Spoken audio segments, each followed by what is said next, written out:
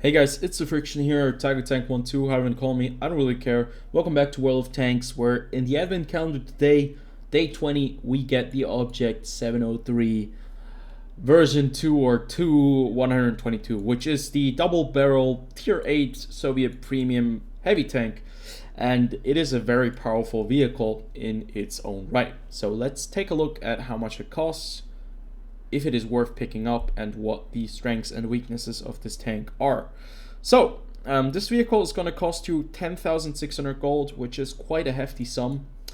But it has the very special ability of having a double barrel, two guns on one vehicle. This is the only tier 8, just the only premium tank in the game that has two guns, except for the MTLS, which is a tier 2 American light tank. But this is the only real one that really earns you a lot of credits. And let's take a look at the firepower. You have two 122mm guns, and they both have 390 alpha damage. They're identical, and they have 221mm of penetration with APCR shells as standard and heat shells as secondary rounds. This is a perfect setup. Basically, everyone who plays World of Tanks wants to have a setup like this. APCR for very quick, flights, and where the shell travels at 1,150 meters per second, and then heat shells to take on these very heavily armored vehicles that have a lot of armor. So 270mm of pen with the heat shells and 221 of the APCR shells. The high explosive shells, on the other hand, are not as good. 61 average penetration is going to be still formidable in certain situations against light tanks that don't have a lot of armor, but it's certainly not on the level as other vehicles with even about 100mm of pen with high explosive shells. So, without further ado, let's move on to the gun loading time. This vehicle has a very special mechanic that was the very first tank to introduce it. You can fire 2 rounds at the same time from the barrel, which is the salvo, I think that they're calling it, the salvo mechanic. This salvo mechanic did massive amounts of damage, but it made a lot more sense to only fire 1 round and then wait for the reload, because having 1 round in the chamber allowed you to reload, I think, by 40 or 50% faster. So only firing 1 shot usually was beneficial, but when you have to take out someone and you know you're going to be rolling very high at 800 damage or 600, 700 damage, and you need to take care of someone, this salvo shot really can save your life. The load time in between the shots is quite long, 5 seconds if you want to fire both shots single, one by one. You have 23 seconds reload time, which I think is okay for that amount of damage output. And the salvo preparation is also another 3 to 4 seconds, I think. The gun traverse and turret traverse is not very good, 21.33 degrees per second. 5 degrees of gun depression is pretty horrible. 18 degrees of gun elevation, on the other hand, is decent enough. You have very bad aim time, and you also have very bad dispersion. You can get that improved with the right equipment. You can improve it as well with directives, with premium consumables, and with the right skill for your crew. But that's really horrible. 0.41 accuracy, that's what you think of Soviet tanks, and it's a Soviet tank, so it makes sense. So the gun handling on this vehicle is a bit weird. In close quarter combat, where this tank is supposed to be played, it doesn't matter if you have 0.41 accuracy or if you have 0.28 accuracy, because you'll still be able to probably shoot at the same spot if it's just 100 and 200 meters away. But anything more than that, it's going to be a bit difficult. Now let's move on to the armor. This is another very strong part of the vehicle, so let me just use the armor viewer. The upper plate is 140mm thick, the side 100 and the rear 60, and the turret has basically no real weak spot and is 220 at the front, 120 on the side, and 90 on the back. Repair time for the suspension is 8.15 seconds, which isn't the worst, I think, at least. And you have 1,500 hit points. But let's talk about the armor real fast. So the upper plate is supposed to be 140mm, right? It's the effective armor. But the angle that you have right here, which is quite nice for any kind of vehicle, it increases the armor up to over 270mm at certain positions. Now this cupola, or the port for the driver, is, I think, even armored more thickly So it's not actually a weak spot. It's 280 millimeters, but it's quite flat. But if you have 280 millimeters with heat shells, you can already penetrate this tank by just hitting the angle up top. I don't think you're going to have a lot of problem going through the vehicle.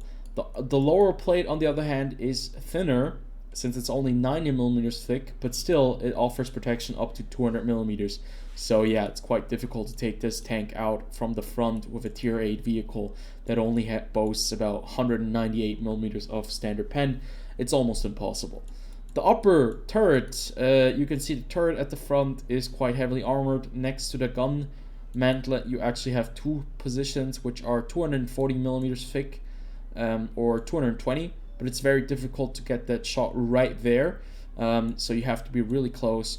The upper part of the turret is a bit thinner, but if you shoot the cupolas, you have probably the best possibility of penning, especially the left cupola, which is a bit bigger than the right, but there's such small weak spots, like it's really difficult to go through the tank. Most people will just use heat shells, and that's one of the issues. This tank is very powerful in certain positions, and it's one of those reasons why a lot of people were very upset when it first came out.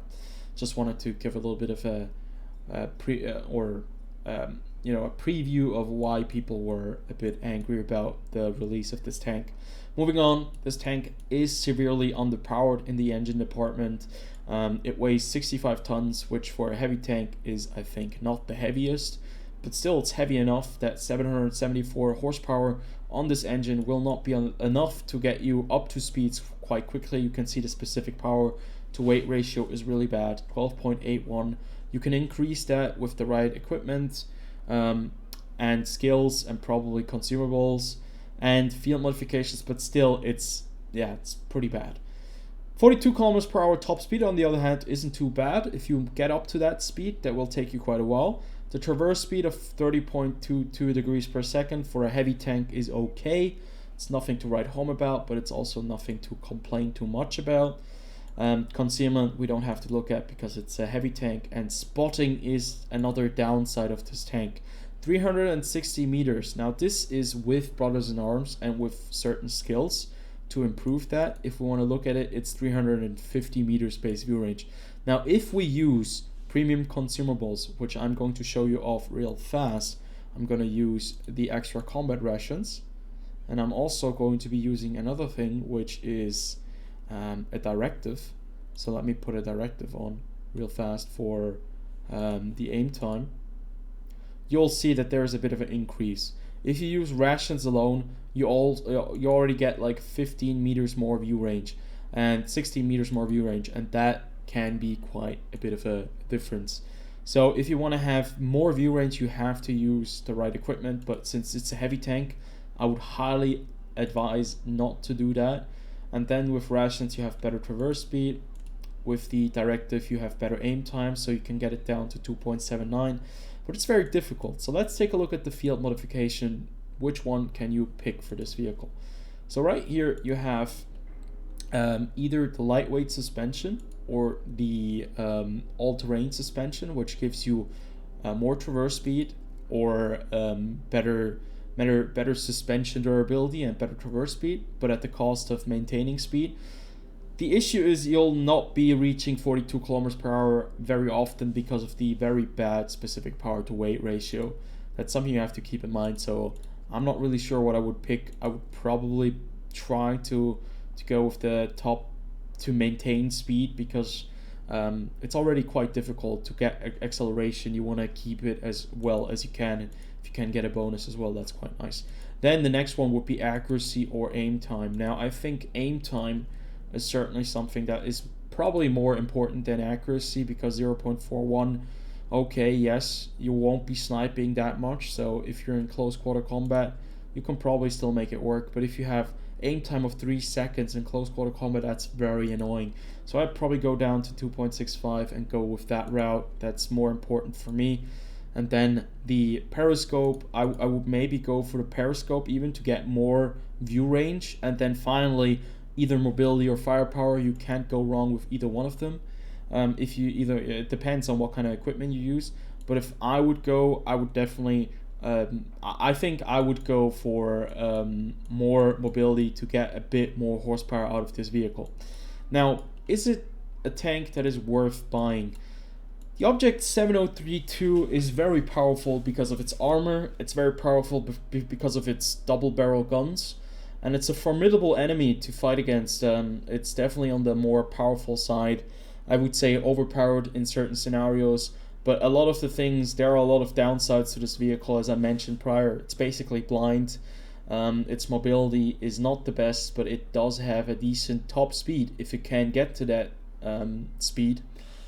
And survivability wise, it's just basically, it's super powerful. You have to utilize gold, which is a problem in my opinion. Firepower is a bit of a hit and miss, but still, it's a very fun tank, and it was such a novel tank when it first came out because it was the first one with that double barrel gun layout, and you could really use this as a crew trainer. So if you're trying to go for the Russian ST2 right down there, this is a very good crew trainer. And if you just want Russian heavy tank, you want to have a Russian heavy tank trainer that's a bit different from maybe the IS-6 or the Defender, this is really a good pick. Either way, if you get this, it's a very forgiving tank. It doesn't matter if you play it like a complete idiot. I think most of the time it's a very forgiving tank because of the armor. It's a lot of fun. I've enjoyed it a lot, but I still think it's a bit powerful. It's a very powerful vehicle, a bit too powerful in my opinion. But yeah, 10,600 gold is quite an investment, but this is a very good tank, and I think this investment is worth it, even for the players that don't play a lot of heavy tanks, because it's a very special tank. So yeah, I'll see you guys tomorrow on the next video. Until then, have a good one.